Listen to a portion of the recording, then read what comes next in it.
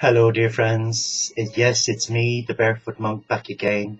The final, fourth video in this series of embracing the four seasons in our spiritual journey with Source, the Father, Mother, God. And this title is Summer. Wow, summer. What can we say about summer? And embracing the impact of summer in our spiritual soul journey with a loving God. I'm not a great lover of summer, I might add, because of the heat. I much prefer, as I've said previously, I love autumn, I enjoy winter, and I adore spring. Summer, yes, is beautiful in the Creator's garden, particularly here in our little monastery known as the Celtic Assisi of the South Lakes. Yes, I love growing things from seed in the spring and to see them growing into little plants, plug plants, and then into young plants, and then growing into the most beautiful foliage and colour. And we're known for having a beautiful garden, but again, that's not down to me. That's down to the nature spirits, the tree devas, the elementals, and of course, Brother Sun and Sister Moon. The summer of our spiritual path, I perceive it to be a time of not only renewal, but a time of manifesting our abundance, a time of recouping all of the energies that we mulled over, prayed over, stored in the autumn and winter months. Summer is a time of allowing the Spirit of God within you come alive. And I love the saying of Benedict to his young monks back at Monte Cassino, when he said, a spoonful of honey attracts more flies than a barrel of vinegar. What's that saying? Well, how many people who say they love God and they look as if they have the weight of the world on their shoulders. When you meet them, you feel you want to shake them. They're so heavily laden. Why is that?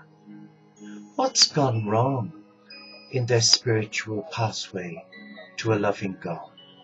How have they got themselves into such a state of looking so sad and sorrowful in summer? But summer, in terms and in relation to the soul and embracing God, is a time of celebration. It's a time of working with Mother Earth and enjoying her fruitfulness and her pleasure. It's a time of allowing Mother Earth embrace us through our senses. Because as you know, Francis had a great love for nature. And Francis, though he goes back to the 12th century, his incarnation had a profound impact on all our lives today. Because God invited this great spirit to incarnate as Francis, Lord Katumi, an ascended master. And when he incarnated as Francis, he had work, his work was cut out for him because the Catholic Church of the day was corrupt, hedonistic, materialistic. It had lost its vision, and many ordinary people had no more interest in feeding the ego of its clergy, who were debauched. And Francis embraced his God through the natural world. His place of sanctuary was his cave, and his friends was Brother Sun and Sister Moon, and his beautiful canticle of the creatures. The animals from the Cathedral of Life befriended Francis, and he befriended them because they felt safe with him. So in summer, the summertime of our soul, it's about allowing ourselves become a friend to Mother Earth, and for Mother Earth to bless us in our journey, to allow us take time out and enjoy the beauty of creation, in the stillness, in the silence, and the longer evenings where we can sit on the terrace and have a cup of tea and a chat with friends, or just a time of quiet reflective prayer. These are all invaluable treasures that many of us take for granted and sadly many neglect. The summertime of the soul's journey to God should be an experience of love, light and blessing. There should be laughter, there should be joy, there should be peace, there should be tranquility. And as Benedict said, that spoonful of honey should come flowing from us and not become that barrel of vinegar that so many people witness in their life. How many times have you heard it said, oh, those Christians, see how they love one another, they don't. See how the various members of the Abrahamic faith give lip service to God because their hearts are closed to truth. And that was the vision of Francis to my heart at his tomb in Assisi in 2008. It was to reach out to all faiths and embrace the divine in each person, regardless of their color, their creed, their sexual orientation, or their belief, and to embrace a loving God in each person. Well, in the summertime of our soul's journey, we have the capacity to do that if we have recouped and strengthened our soul, our mind, our body and spirit in the autumn and winter months. Summertime is a time of rejoicing. It's a time of honoring the divine within us through celebration, through praise, coming together with like-minded souls, like we've established on live stream where we come every night at 9 o'clock London time to celebrate our diversity, to support Mother Earth when we pray for the restoration of Jerusalem, the heart chakra of the world.